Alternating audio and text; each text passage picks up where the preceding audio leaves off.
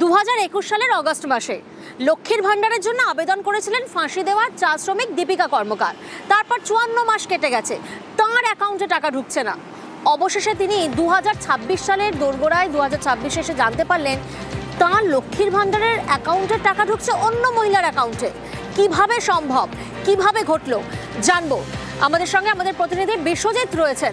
বিশ্বজিৎ, এই যে 54 মাস ধরে তার অর্থাৎ দীপিকা কর্মকারের অ্যাকাউন্টের টাকা ঢুকে যাচ্ছে অন্য একজনের অ্যাকাউন্টে, কিভাবে তিনি জানতে পারলেন এবং এই গোটা বিষয়টা কিভাবে প্রকাশ্যে এলো?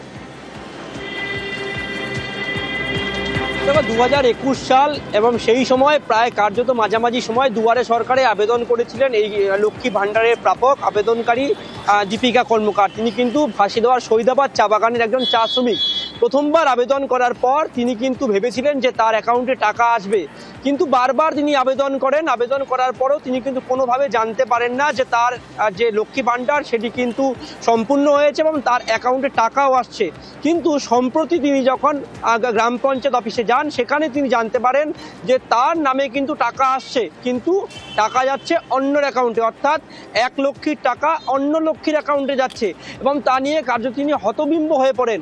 প্রথম অবস্থায় তিনি যখন আবেদন করেছিলেন লক্ষ্মী ভাণ্ডারের, সেক্ষেত্রে তার অ্যাকাউন্টের সমস্ত নথিপত্র জমা দিয়েছিলেন, আর টাকা পাচ্ছেন আলিপুরদুয়ারের কোনো এক লক্ষ্মী।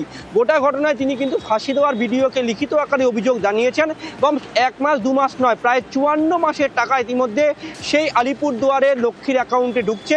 যদিও কে তিনি, কিভাবে তার এই অ্যাকাউন্টে ঢুকলো তা নিয়ে কিন্তু যথেষ্ট কার্যত ব্লক প্রশাসন, কারণ ব্লক প্রশাসনের মাধ্যমেই এই কাজ হয়। আর প্রশ্ন উঠছে একটাই, যে কিভাবে দীপিকা কর্মকারের এই অ্যাকাউন্ট অন্য কেউ অ্যাকাউন্টে টাকা পাচ্ছে। কারণ যখন মিসম্যাচিংয়ের ব্যাপার থাকে, সেক্ষেত্রে অবশ্যই তার নামের সঙ্গে অ্যাকাউন্ট নাম্বারের মেলবন্ধন হওয়া জরুরি। সেক্ষেত্রে এই দীপিকা কর্মকার কি অন্য কোনো আলিপুরদুয়ারের মহিলা লক্ষ্মী ভাণ্ডার প্রাপক যার অ্যাকাউন্টে এভাবে টাকা ঢুকছেন, আর যিনি পাচ্ছেন তিনিও কি কোনো ধরনের অভিযোগ করেছেন কিনা, গোটা বিষয়টি ইতিমধ্যে তদন্ত সাপেক্ষ করছে বিডিও প্রশাসন। তবে সভাপতি জানাচ্ছেন যে তাদের কাছে এ ধরনের কোনো ঘটনা জানাই ছিল না, তারা পুরো বিষয়টিকে তদন্ত করে দেখছে এবং আগামী দিনে তাদের যাতে এই মহিলা অর্থাৎ এই চা শ্রমিক দীপিকা কর্মকার তিনি তার নিজের অ্যাকাউন্টে টাকা পান, সেদিকটা দেখার প্রশাসন চেষ্টা করছে। তবে কি যান্ত্রিক ত্রুটির কারণে কি এই সমস্যা হচ্ছে, জানিয়ে কিন্তু কার্যত শোরগোল পড়ে গিয়েছে ফাঁসি দেওয়ায়। একেবারেই বিশ্বজিৎ, বিডিওর কাছে অভিযোগ জানিয়েছেন ফাঁসি দেওয়া দীপিকা কর্মকার। অন্যদিকে পদক্ষেপের আশ্বাস পঞ্চায়েত সমিতির সভাপতির।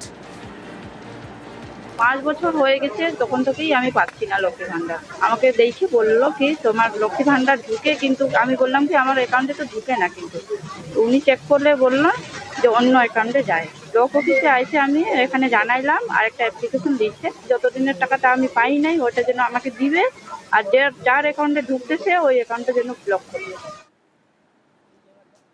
যদি এরকম হয়ে থাকে, বিডিও অফিসে গিয়ে আমি একটু খোঁজ নিচ্ছি যে কি কারণে ইনার নাম আছে কিন্তু অন্য অ্যাকাউন্টে টাকা জমা হচ্ছে, আর অ্যাকাউন্টে এত বছর থেকে ওর অ্যাকাউন্টে টাকাটা ঢুকছে, এটা আমাদেরকে খোঁজ নিতে হবে। এর যে পাসবই আছে, ব্যাংকের পাসবই, ওইটা ওইখানে অ্যাড করতে বলবো।